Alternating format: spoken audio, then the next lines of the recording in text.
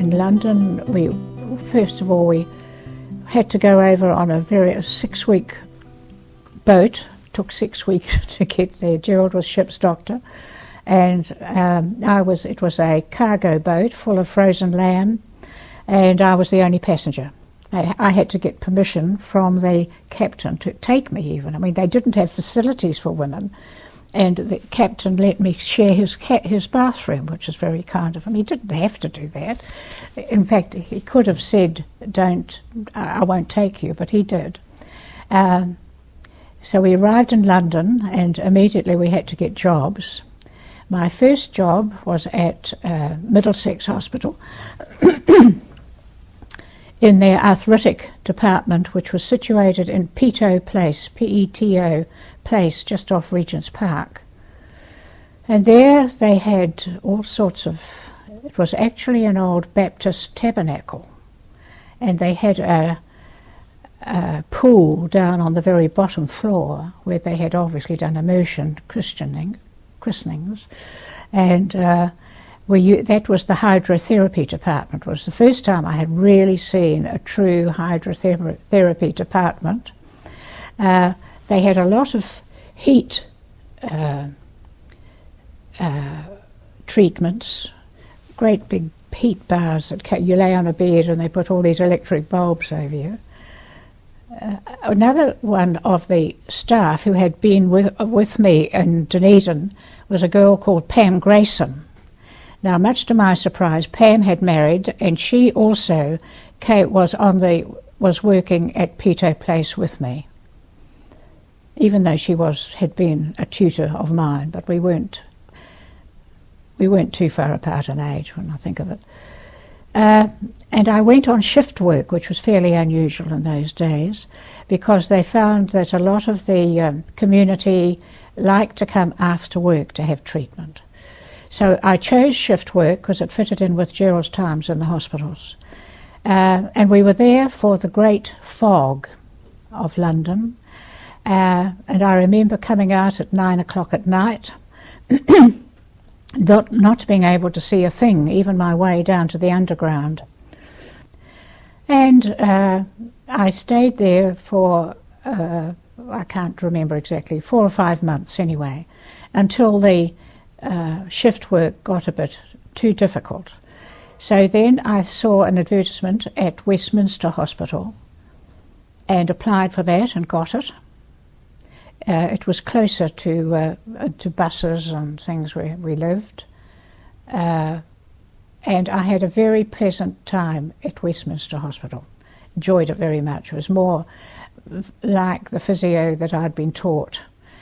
Although we had an extreme room, I can't remember, where you went in and sparked up this extraordinary ultraviolet lamp in the middle of the room. You had to pull a chain and it all sparked up with the blue light, ultraviolet light, and people sat around it in order to get their vitamin D. It was very complicated because, of course, everybody went in at different times, and you had to give the child, a lot of them were children, had to give the child a card, and you had to make sure that they had their 5 minutes or their 6 minutes. You had to be very careful about it. And they sat around this awful sparking blue ultraviolet tube in the middle of the room. And Westminster Hospital had been rebuilt a lot after the war, and the physio department is always in the basement, but it was actually quite modern, apart from this awful room where we had to put the rickets children. After about 6 months, Gerald, my husband, got a job in Germany working for the Canadians. He was examining Germans who had been incarcerated in Russian prisoner of war camps, and they were wanting to get permission to migrate to Canada.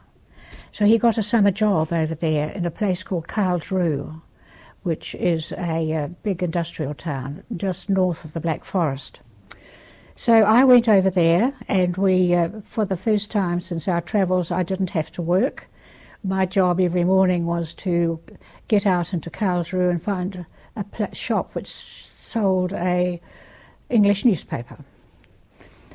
Gerald got extremely well paid for us by the Canadians.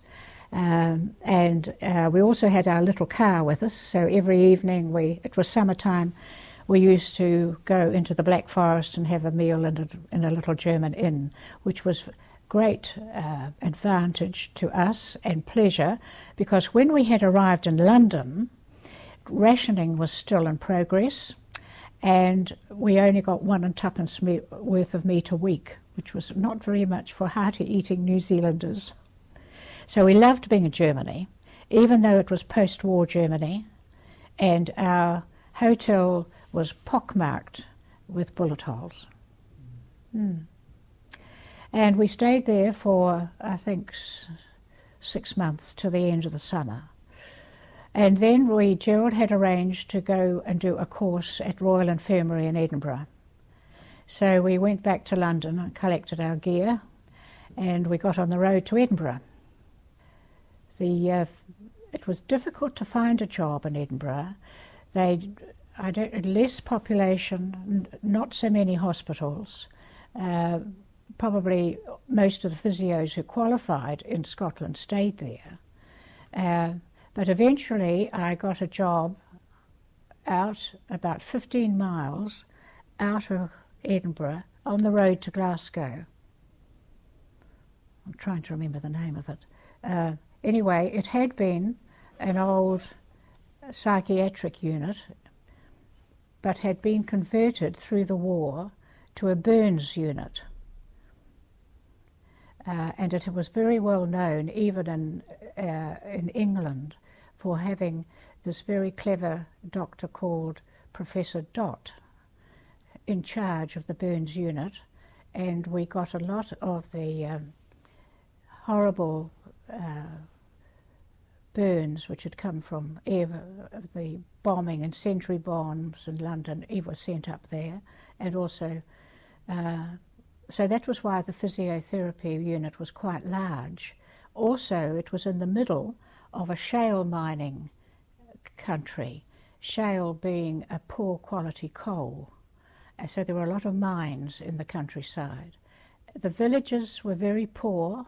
Some of the houses even still had earth floor. And if you got a patient, we found often they were stitched in with red flannel for the winter into their clothing to keep themselves warm. It sounds incredible now. But we also serviced a small country hospital just out of Edinburgh, and I did time there. And we were there for about 9 months in Edinburgh. We took a lot of classes with miners with knees, and miners with backs, and miners with shoulders, big classes. I think the fact that I was married was quite a novelty, because they always called me Mistress Gibb. But eventually our time finished there, and we went back to London.